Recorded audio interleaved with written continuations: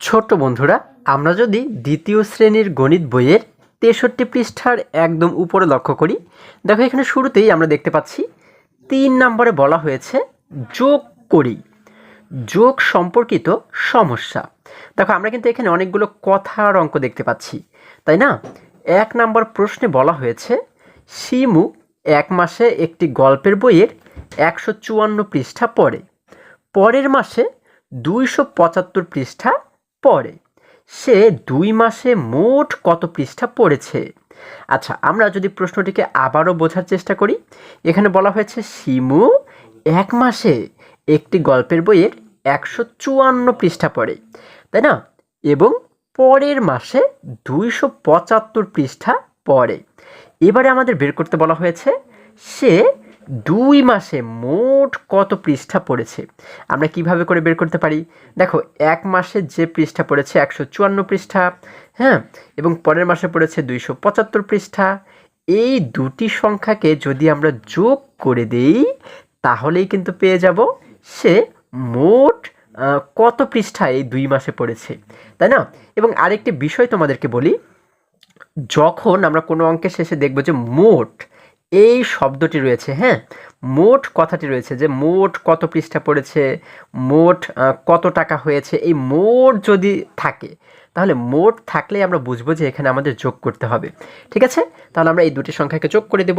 আমরা এখন এটিকে কিভাবে লিখতে পারি? আমরা লিখতে পারি ১ মাসে পরে কি ১৫৪ পৃষ্ঠা, তারপর নিচে লিখবো হচ্ছে পরের মাসে পরে ২৭৫ পৃষ্ঠা, তারপরে এই দুটি সংখ্যাকে যোগ করলেই উত্তর পেয়ে যাব। চলো আমরা এটিকে একটু সমাধান করার চেষ্টা করি।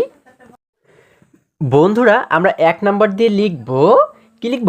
১ মাসে পরে আমরা লিখব ১ মাসে, দেখো আমরা লিখব হচ্ছে ১ মাসে, ১ মাসে পরে, ১ মাসে পরে কত পৃষ্ঠা? আমাদেরকে কিন্তু বলা হয়েছে যে ১ মাসে পরে ১৫৪ পৃষ্ঠা, তাই না? আমরা লিখে দিলাম ১ মাসে পরে ১৫৪ পৃষ্ঠা। এবার নিচে কি লিখব?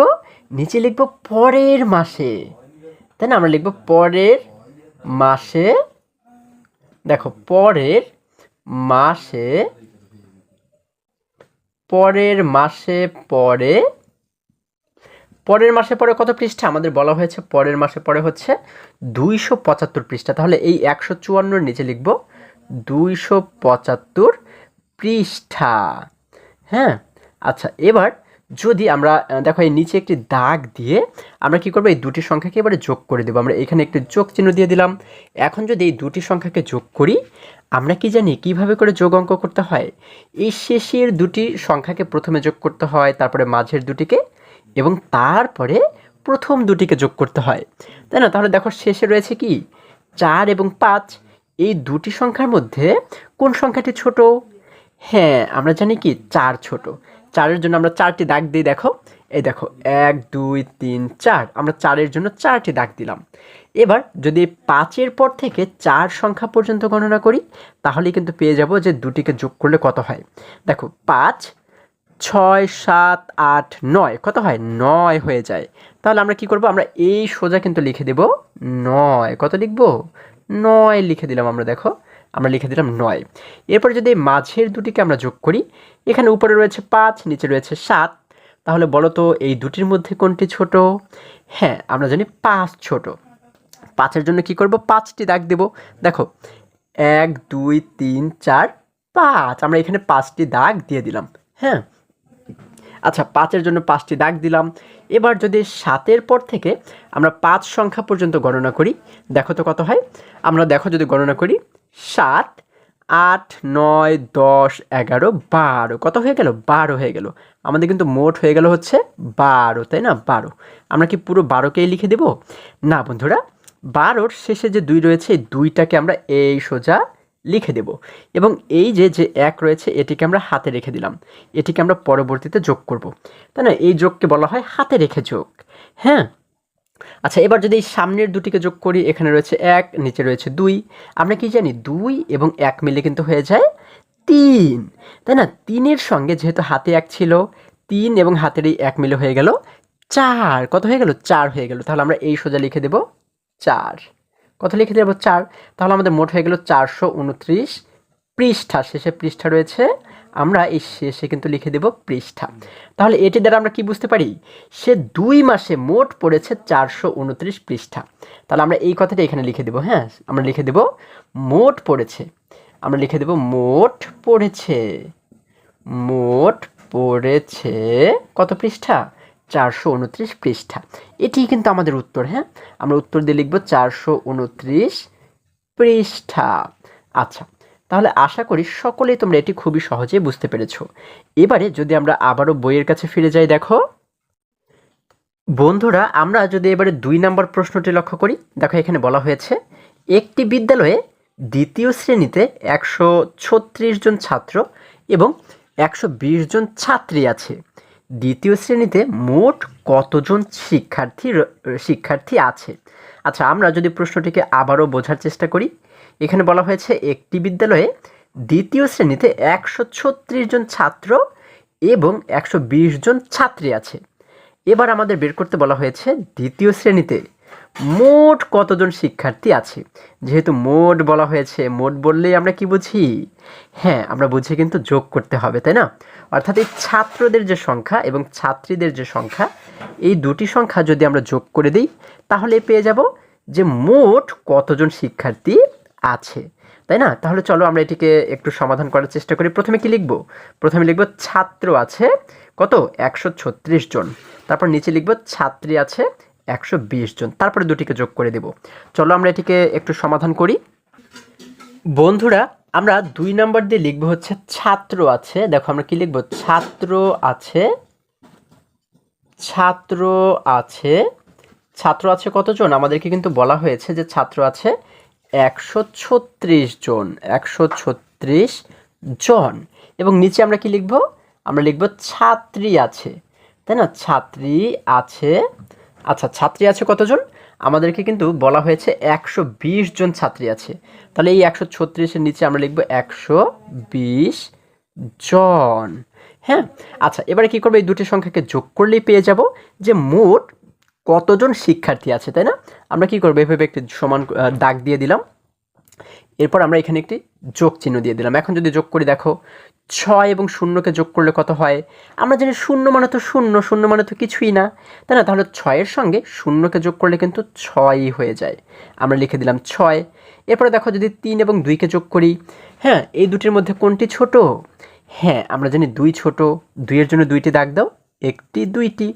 আচ্ছা 2-এর জন্য 2টি দাগ দিলাম। এবার 3-এর পর থেকে 2 সংখ্যা পর্যন্ত গণনা করো, 3 4 5, কত হয়? 5। আমরা এখানে লিখে দিলাম 5। আচ্ছা এবার 1 এবং 1কে যোগ করলে কত হয়? আমরা জানি 1 এবং 1 মিলে হয়ে যায় 2, আমরা আগে লিখে দিলাম 2। শেষে জন রয়েছে, আমরা শেষে লিখে দিলাম জন। তাহলে আমরা মোট কত পাচ্ছি? 256 জন। এটি দ্বারা আমরা কি বুঝতে পারি? এটি দ্বারা আমরা বুঝতে পারি যে দ্বিতীয় শ্রেণীতে মোট শিক্ষার্থী আছে 256 জন। তাহলে আমরা এখানে লিখব সুতরাং, আমরা কি লিখব? সুতরাং মোট শিক্ষার্থী কতজন? 256 জন। তাহলে এটি কিন্তু আমাদের উত্তর। হ্যাঁ, আমরা উত্তর দিয়ে লিখব 256 জন। আশা করি সকলেই তোমরা এই অঙ্কটিও বুঝতে পেরেছো। এবারে যদি আমরা আবারও বইয়ের কাছে ফিরে যাই, দেখো বন্ধুরা, আমরা যদি এবারে আরেকটু নিচে অর্থাৎ 3 নাম্বার প্রশ্নটি লক্ষ্য করি, এখানে বলা হয়েছে দ্বিতীয় শ্রেণীর ক শাখায় 123টি বই শিক্ষার্থীদের মাঝে বিতরণ করা হলো। খ শাখায় 131টি বই বিতরণ করা হলো। মোট কতগুলো বই বিতরণ করা হলো? আচ্ছা আমরা যদি প্রশ্নটিকে আবারও বোঝার চেষ্টা করি, এখানে বলা হয়েছে দ্বিতীয় শ্রেণীর ক শাখায় 123টি বই শিক্ষার্থীদের মাঝে বিতরণ করা হলো এবং খ শাখায় 131টি বই বিতরণ করা হলো। এবার আমাদের বের করতে বলা হয়েছে মোট কতগুলো বই বিতরণ করা হলো। আচ্ছা আমাদের কিন্তু এই যে দেখো মোট শব্দটি এখানে উল্লেখ করা হয়েছে, তাই না? আর মোট থাকলে আমরা কি বুঝি? আমাদের এই দুটি সংখ্যাকে যোগ করতে হয়, তাই না? আচ্ছা তাহলে আমরা এই দুটিকে যোগ করলে কিন্তু পেয়ে যাব যে মোট কতগুলো বই বিতরণ করা হলো। আমরা কি লিখতে পারি? আমরা লিখতে পারি ক শাখায় বিতরণ করা হলো 123টি বই এবং খ শাখায় বিতরণ করা হলো 131টি বই। তারপরে এই দুটিকে যোগ করলেই কিন্তু পেয়ে যাব মোট কতগুলো বই বিতরণ করা হলো, তাই না? তাহলে চলো আমরা এটিকে একটু সমাধান করার চেষ্টা করি। বন্ধুরা আমরা 3 নাম্বার দিয়ে লিখব ক শাখায়, দেখো শাখায় ক শাখায় বিতরণ করা হলো, বিতরণ করা হলো, আচ্ছা দেখো বিতরণ করা হলো কতটি বই? আমাদের কিন্তু বলা হয়েছে যে ক শাখায় হচ্ছে 123টি বই, তাই না? 123টি বই, ক শাখায় বিতরণ করা হলো 123টি বই। এবারে আমাদের বলা হয়েছে কি খ শাখায়, আমরা এবারে কয়ের নিচে লিখবো হচ্ছে খ শাখায় বিতরণ করা হলো। এই যে দেখো যে ডট ডটগুলো আমি দিয়েছি, এগুলোর অর্থ হচ্ছে কি এই সোজা উপরে যা রয়েছে নিচেও তাই, ঠিক আছে? অর্থাৎ খ শাখায় বিতরণ করা হলো। আমরা এবারে কি করব, আমরা দেখো, আচ্ছা আমরা এবারে কি করব, খ শাখায় কতটি বই বিতরণ করা হলো? আমাদেরকে বলা হয়েছে 131টি, তাহলে 123-এর নিচে কিন্তু আমরা লিখব 131টি বই, ঠিক আছে? এখন আমরা নিচে এইভাবে করে একটি দাগ দিয়ে কি করব, এই দুটি সংখ্যাকে যোগ করে দেব, তাহলে কিন্তু পেয়ে যাব যে মোট কতটি বই বিতরণ করা হলো, তাই না? আচ্ছা দেখো যদি যোগ করি, এই পাশে উপরে রয়েছে 3, নিচে রয়েছে 1, আমরা জানি 3 এবং 1 মিলে হয়ে যায় 4, তাই না? আমরা এখানে লিখে দিলাম এই সোজা 4। এবার দেখো এখানে বলা হয়েছে 2 এবং 3, তাহলে 2 এবং 3-এর মধ্যে কোনটি ছোট? আমরা জানি 2 ছোট, 2-এর জন্য 2টি দাগ দাও, 1টি 2টি, 2-এর জন্য আমরা 2টি দাগ দিলাম। এবার 3-এর পর থেকে যদি এই 2 সংখ্যা পর্যন্ত গণনা করি, দেখো কত হয়, 3 4 5, কত হয় 5 হয়ে গেল কিন্তু। তাহলে আমরা কি করব, আমরা কিন্তু এবারে এই সোজা লিখে দেব 5। এবার যদি প্রথম দুটিকে আমরা যোগ করি, এখানে রয়েছে 1, নিচেও রয়েছে 1, 1 এবং 1 মিলে হয়ে যায় 2, আমরা এখানে শুরুতে লিখে দিলাম 2, তাহলে মোট কত হয়ে গেল 254টি, শেষে রয়েছে বই, আমরা লিখে দিলাম বই, তাই না? অর্থাৎ 254টি বই। তাহলে আমরা এখানে কি লিখতে পারি, সুতরাং মোট বিতরণ করা হলো, তাই না? আমরা লিখতে পারি মোট বিতরণ করা হলো, মোট বিতরণ করা হলো কতটি বই? 254টি বই। এটিই কিন্তু আমাদের উত্তর। হ্যাঁ দেখো আমরা কত সহজে এটিকে সমাধান করে ফেললাম। আমরা উত্তর দিয়ে লিখব 254টি বই। আচ্ছা আশা করি সকলেই তোমরা এই অঙ্কটিও বুঝতে পেরেছো। এবারে যদি আমরা আবারও বইয়ের কাছে ফিরে যাই, দেখো বন্ধুরা আমরা যদি এবারে আরেকটু নিচে অর্থাৎ 4 নম্বর যে প্রশ্নটি রয়েছে এটিকে লক্ষ্য করি। এখানে বলা হয়েছে একটি নার্সারিতে 120টি গোলাপ ফুল গাছ আছে এবং 127টি গাঁদা ফুল গাছ আছে। ওই নার্সারিতে মোট কতগুলো ফুল গাছ আছে? আচ্ছা যদি আমরা আবারও প্রশ্নটিকে বোঝার চেষ্টা করি, দেখো বলা হয়েছে একটি নার্সারিতে 120টি গোলাপ ফুল গাছ আছে এবং 127টি গাঁদা ফুল গাছ আছে। এবারে আমাদের বের করতে বলা হয়েছে ওই নার্সারিতে মোট কতগুলো ফুল গাছ আছে, তার মানে গোলাপ ফুল এবং গাঁদা ফুল মিলে মোট কতগুলো ফুল গাছ আছে সেটি কিন্তু বের করতে বলা হয়েছে, তাই না? এখন এটিকে আমরা কিভাবে বের করতে পারি? এই দেখো এখানেও কিন্তু আমরা সেই মোট এই শব্দটি দেখতে পাচ্ছি, তাই না? মোট থাকলেই আমরা কি বুঝি, আমাদের এই দুটি সংখ্যাকে যোগ করতে হয়। তাহলে আমরা এই গোলাপ ফুলের সংখ্যা এবং এই গাঁদা ফুলের সংখ্যা যদি আমরা যোগ করে দিই তাহলেই পেয়ে যাব যে ওই নার্সারিতে মোট কতগুলো ফুল গাছ আছে, তাই না? তাহলে আমরা এটিকে কিভাবে করে সাজাতে পারি?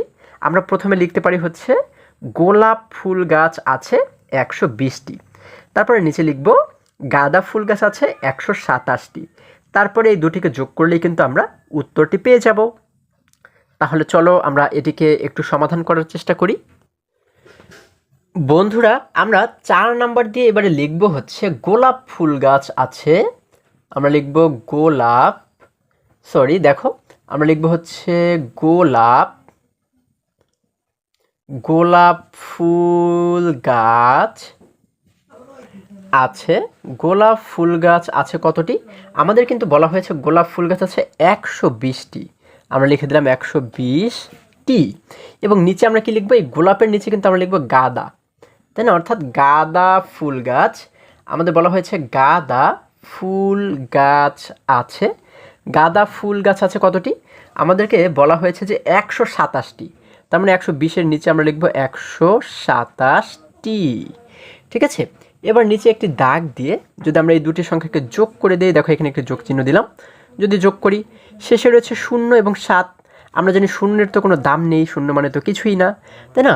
তাহলে শূন্যের সঙ্গে 7কে যোগ করলে কিন্তু 7ই হয়ে যায়। আমরা এখানে লিখে দিলাম 7। এবারে দেখো মাঝখানে বলা হয়েছে 2, নিচেও 2। হ্যাঁ, তাহলে আমরা এই 2-এর জন্য যে কোনো একটা 2-এর জন্য আমরা 2টি দাগ দিলাম, 1টি 2টি।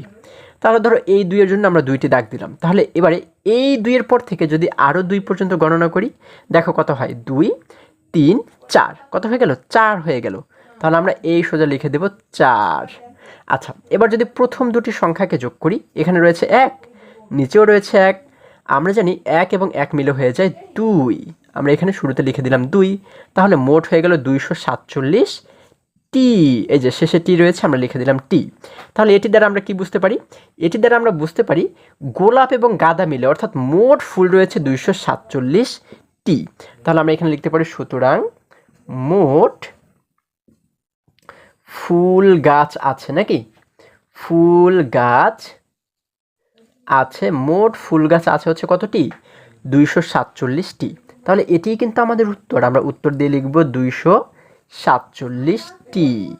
তাহলে আশা করি বন্ধুরা আজকের প্রত্যেকটি অঙ্ক তোমরা খুবই সহজে এবং খুবই সুন্দরভাবে বুঝতে পেরেছো। আজকে আমাদের এই পর্যন্তই, আবারও দেখা হবে পরবর্তী ভিডিওতে। আর হ্যাঁ, তোমরা যদি আমার চ্যানেলে নতুন হয়ে থাকো তাহলে এখনই চ্যানেলটি সাবস্ক্রাইব করে পাশে থাকো, যেন আমার যে কোনো ভিডিও আপলোড করার সাথে সাথে খুব সহজেই তোমরা সেটি পেতে পারো। সকলে ভালো থাকো, সুস্থ সবল থাকো, এই কামনা করে শেষ করছি। ধন্যবাদ সকলকে।